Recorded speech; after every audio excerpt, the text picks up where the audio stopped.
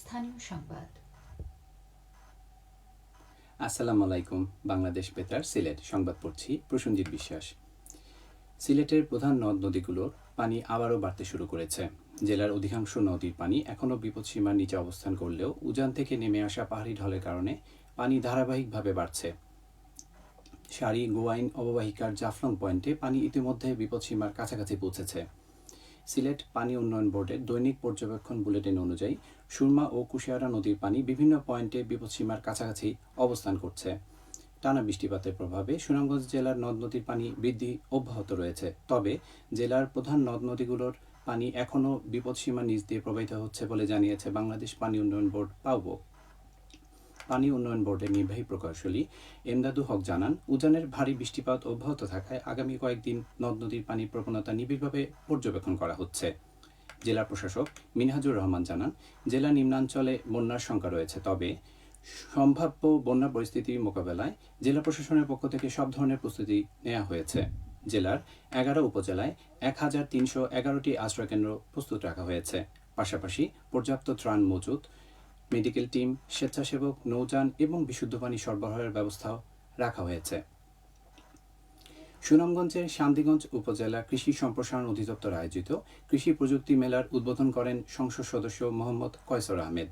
Pilot প্রকল্পের আওতায় শান্তিগঞ্জ উপজেলার শিমুলবাগ ইউনিয়ন এবং জগন্নাথপুর উপজেলার কলকলিয়া ও হলদিপুর ইউনিয়নে কৃষিকার্ড বিতরণ কর্মসূচি বাস্তবায়ন করা হচ্ছে। এই নিয়ে শুনুন আমাদের সুনামগঞ্জ প্রতিনিধির পাঠানো একটি। সুনামগঞ্জের শান্তিগঞ্জ উপজেলায় কৃষি প্রযুক্তি মেলা ও কৃষক সমাবেশ অনুষ্ঠিত হয়েছে। শনিবার উপজেলা কৃষি সম্প্রসারণ অধিদপ্তরের আয়োজনে উপজেলা পরিষদ প্রাঙ্গণে দিনব্যাপী এই কর্মসূচির আয়োজন করা হয়। অনুষ্ঠানের শুরুতে উপজেলা পরিষদ চত্বর থেকে একটি বর্ণাঢ্য র্যালি বের করা হয়। র্যালিটি উপজেলার বিভিন্ন সড়ক প্রদক্ষিণ শেষে আবারও উপজেলা পরিষদ প্রাঙ্গণে এসে শেষ হয়। পরে প্রধান অতিথি হিসেবে ফিতা কেটে কৃষি প্রযুক্তি মেলার উদ্বোধন করেন সুনামগঞ্জ 3 আসনের সংসদ সদস্য মোহাম্মদ কয়সর আহমদ।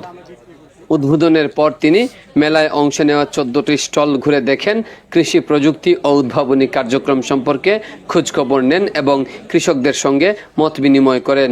এ সময় কৃষকদের মাঝে বিভিন্ন প্রজাতির গাছের চারা বিতরণ করা হয়। এরপর উপজেলা পরিষদ মিলনায়তনে অনুষ্ঠিত হয় আলোচনা সভা। আলোচনা সভায় সভাপতিত্ব করেন অতিরিক্ত দায়িত্বে থাকা শান্তিগঞ্জ উপজেলা নির্বাহী কর্মকর্তা ইসলাম উদ্দিন। উপজেলা কৃষি সম্প্রসারণ অধিদপ্তরের উপসহকারী কর্মকর্তা মোফাজ্জল হোসেনের সঞ্চালনায় অনুষ্ঠিত আলোচনা সভায় বক্তব্য দেন সুনামগঞ্জ জেলা বিএনপির আহ্বায়ক কমিটির সদস্য আনসার উদ্দিন, ফারুক আহমদ, দরগাপাশা ইউনিয়ন পরিষদের চেয়ারম্যান সুফি মিয়া এবং উপজেলা কৃষি কর্মকর্তা মোহাম্মদ আহসান হাবিব। অনুষ্ঠানে বিভিন্ন ইউনিয়ন থেকে আসা জনপ্রতিনিধি, কৃষি বিভাগের কর্মকর্তা, রাজনৈতিক নেতৃবৃন্দ এবং কৃষকেরা অংশ নেন। অনুষ্ঠান শেষে উপজেলা প্রশাসন ও কৃষি বিভাগের পক্ষ থেকে প্রধান অতিথির হাতে সম্মাননা স্মারক তুলে দেওয়া হয়। পরে উপজেলা পরিষদের 2য় তলায় নবনির্মিত পরিদর্শন কক্ষের উদ্বোধন করেন সংসদ সদস্য মোহাম্মদ কয়সর আহমদ। সুনামগঞ্জের শান্তিগঞ্জ উপজেলায় কৃষি প্রযুক্তি মেলা ও কৃষক সমাবেশ অনুষ্ঠিত হয়েছে। জাতীয় সংসদের সাবেক স্পিকার ব্যারিস্টার জমির উদ্দিন সরকারের নামাজে জানাজা আজ বিকেল 5টায় জাতীয় সংসদের দক্ষিণ প্লাজায় অনুষ্ঠিত হবে। জাতীয় সংসদ সচিবালয় জানায়, জানাজা শেষে সংসদের নির্ধারিত চত্বরে তাকে সমাহিত করা হবে। ব্যারিস্টার জমিউদ্দিন সরকার 1931 সালের 1 ডিসেম্বর পঞ্চগড় জেলার তেঁতুলিয়া উপজেলার নয়াবাড়ি গ্রামে জন্মগ্রহণ করেন এবং 12 জুলাই ভোরে রাজধানীর একটি বেসরকারি হাসপাতালে মৃত্যুবরণ করেন। মৃত্যুকালে তার বয়স হয়েছিল 94 বছর। তিনি ঢাকা বিশ্ববিদ্যালয় থেকে MA ও LLB ডিগ্রি অর্জন করেন। পরে 1961 সালে উচ্চশিক্ষার জন্য যুক্তরাজ্যে গিয়ে লন্ডনে লিঙ্কস ইন থেকে ব্যারিস্টার অ্যাট ল ডিগ্রি লাভ করেন। দেশে ফিরে আইন পেশায় যুক্ত হয়ে বাংলাদেশ সুপ্রিম কোর্টের সংবিধান, দেওয়ানি ও ফৌজদারি আইনের একজন খ্যাতিমান বিশেষজ্ঞ হিসেবে প্রতিষ্ঠা লাভ করেন। তিনি 8ম জাতীয় সংসদের স্পিকারের দায়িত্ব পালন করেন। সিলেটের সীমান্তবর্তী এলাকা দিয়ে দীর্ঘ একটি সংযোগ সড়ক নির্মাণের প্রকল্প নিয়েছে স্থানীয় সরকার প্রকৌশল অধিদপ্তর LGED। এই সড়ক নির্মিত হলে সিলেটের 13টি জনপ্রিয় পর্যটন কেন্দ্রের মধ্যে সরাসরি যোগাযোগ স্থাপিত হবে।